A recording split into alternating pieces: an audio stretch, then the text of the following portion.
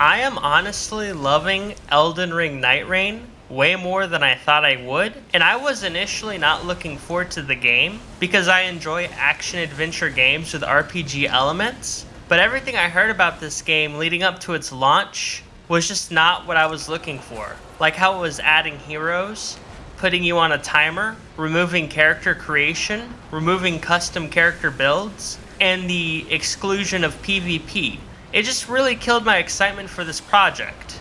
But after beating half of the Night Lords and beating hard mode Gaping Jaw, playing 30 plus hours of the game, and playing FromSoft's take on a roguelike experience, I can say with certainty that this game's core gameplay design is very addicting, and I am glad this asset flip exists because this game's been like crack for me.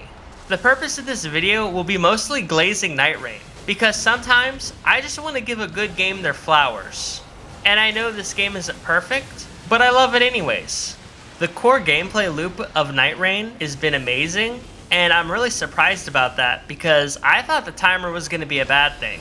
I didn't appreciate it when Dead Rising, Resident Evil, and Halo had timers on some of their missions and stuff. So I was not looking forward to being rushed in Nightreign, but overall I think it's a pretty smooth experience, especially when you have a team that knows what they're doing. And it does kind of spice it up and give that extra tension, unlike if you were able just to wander as much as you wanted to, like in the original Elden Ring. Now, would I like to see this as like a main staple of the next Miyazaki Souls game? No, but I wouldn't mind it for like a side mode, kind of like how Nightreign is a side game. I'm also enjoying the roguelike elements of Nightreign. I think that it is punishing, but it's not too punishing, and I know some people have compared it to like a boss runback like you'd see in Demon Souls, but I don't really like to look at it in that light. Cause yeah, technically if you lose to the boss you have to start over, specifically the night bosses. But I like to look at it as a whole experience rather than just a run back, because not every expedition is the same. And yeah, there's going to be similarities. That's just with any sort of procedural generation. But I feel there's enough differences that does change the experience every single game. A good example is when I was doing hard mode Gaping Jaw. Every single time I went on the map, it was not the same. There were similarities, but every single time's different. I was fighting different Night Lords, I was fighting different castles, different forts. And that kept me going and interested until I finally beat him after like 15 attempts. This is not like Dark Souls 2 to Demon Souls, where if you're stuck on a certain boss, you may have to keep going through the level over and over and over until you get it, doing the same thing again and again and again. Your character gets different loot, your character faces different enemies, he faces different bosses. It's a completely different experience every single time. So it's not exactly like a boss run back. And of course I can understand if people don't like it. This is all just personal taste after all. But I love it. I love the randomness to it. And when I did beat Gaping Jaw, I had some really good loot that I didn't have on those times that I lost. I also want to say, since the last time that I made an Elden Ring Nightreign video, the single player experience has gotten way better. Now I still feel that this game is better played with friends than randoms, and lastly solo. It just feels like it was meant with multiplayer in mind, and it's just my way of enjoying it. But I have beaten an expedition solo, and it's way better than it used to be. Less grindy, there's more room for mistake, you get a lot of winding graces if you do the right stuff. I just think overall, the experience of solo mode is good. And it's even more forgiving in some aspects than the multiplayer is, because the winding grace is way more reliable at self-reviving than your teammates can be at certain times, especially when you get down a lot. Now, let's talk about the heroes, because this is the point that I was very skeptical about. Because I don't really like games where you can't make your own character, and you're kind of given a predetermined character already made for you. But in Nightreign, I actually really enjoy playing them. I love the abilities of the heroes I play. My main character is Duchess. I love her rewind ability, and I love the fact that she can go invisible. It makes reviving your teammates in really hard boss fights very viable, and you can be the hero at certain times, especially when those Night Lords are close to death but your team wiped. You can pretty much be the savior of that run. I also think with the heroes that they came out with a good selection of build archetypes that you traditionally see from other Souls games. And even though you can add some more stuff like maybe a spear-centric character because it's my favorite weapon type in Souls, I do like what we got, and I'm excited to see what else they add in the future. The last thing I want to talk about with these heroes is that I appreciate that you can play as any hero you want, regardless if someone selects them first. I think it's good to let people choose who they want to play as, even if someone chose that first. I know with like Space Marine 2, you can't do that in the PvP, and it's one of the main reasons I don't even play that game's PvP. Is because I prefer having the choice to choose what playstyle I want when I'm playing the game. I feel that sort of limitation's not a good thing. Now, let's steer the conversation to the Night Lord bosses and just boss fights in general.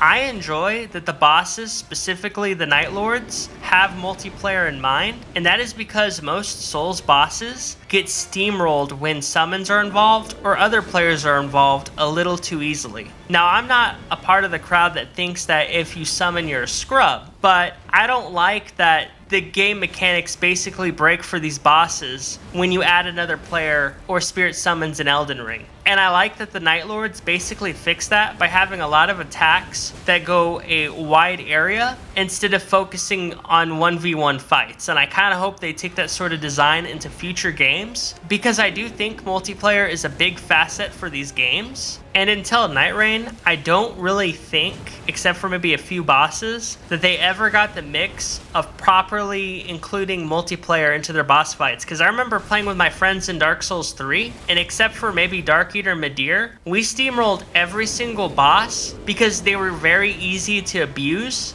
especially when a lot of their attacks do not have wide motions, so you could just get behind the enemy easily and just whack them in the back, get their attention, then the other guy can just whack them in the back, and you can just kind of break the AI. And when it comes to bosses that they should include in the future, for Dark Souls bosses, I'd love to see Slave Knight Gale, Knight Artorias, Manus, Fume Knight, Sir Alon, and Quelaag, to name a few, because those were some really good boss fights, or at least they had some really unique designs that I think would help improve the catalog of Nightreign. And for Elden Ring bosses, I'd specifically love to see a Star Scourge Radahn boss fight in Nightreign, since he had multiplayer in mind. And I just like Star Scourge Radahn's whole festival theme, and they gave Libra a gimmick. I've specifically saw it when I was trying to fight hardcore Gaping Jaw, and I would love to see a Night Lord Star Scourge Radahn have something like that too. And it doesn't have to be the guy exactly, but it can be inspired by him. And for the Elden Ring DLC, I'd love to see the Sunflower and Divine Beast return, because I think they would just be a boon for the catalog with how unique of fights they are. Lastly, for me kind of gushing over the game, I just want to talk about some other random features that I enjoyed a lot. And the first one is the Shifting Earth events. I really enjoyed the Shifting Earth events because it brought some needed variety to the map, and without them, the game would feel really samey. And on the topic of the Shifting Earth events, I'm really glad that they included that new shop for beating hard mode Gaping Jaw. It's great just being able to select whatever event you want, because sometimes you're going to get bored of the generic Limvale map, and just being able to spice it up's a good thing. Plus, I like being able to buy costumes, buy chalices or whatever, and little extra things from beating those hard mode bosses. I got a Duchess costume from the store, and both of her chalices or whatever they're called. And on the topic of chalices, I really do enjoy the relics. It reminds me a lot of Bloodborne. And I do enjoy the fact that it is the closest thing we have to custom builds. And even though it's not as deep as normal Souls, it's good to get rewarded for playing the game, unlike a more traditional roguelike where you just start over if you die or fail. And I'd also like to talk about the new movement in Nightreign, because even though they got rid of stealth, which is a negative, I like that we have a dedicated sprint button that you don't have to hold, and it makes you even faster than the normal run button that you see in the other Souls games. And I like the clambering system. That would have been very well put in the original Elden Ring, and maybe a modder will, because it's way better for traversing the environment in an open world setting.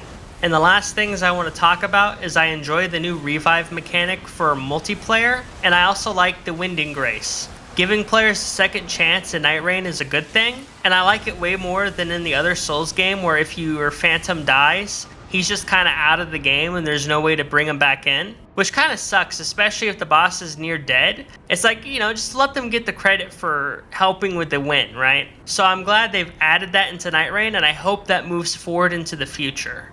Now, with all that gushing out of the way, One large complaint I do have with the game is that it will say you are defeated even though your teammate was revived by the Winding Grace, which is completely unacceptable and cheap. Now, in the video proof I have, I do not think my Duchess teammate would have clutched it, but because the game robbed them the opportunity to try and attempt to be the team's hero, we will never be able to find out. And they deserve the chance to try, and it just feels bad when something like that happens to you. Side note, I know the Duchess had the Winding Grace because I gave it to them since their ultimate ability is better for that type of situation compared to my Wilder. Past that massive issue I experienced with the game, I still love it, and I am excited to see what the other hard mode bosses and DLC have in store for us. If you liked the video, make sure to like, subscribe, and comment your opinions.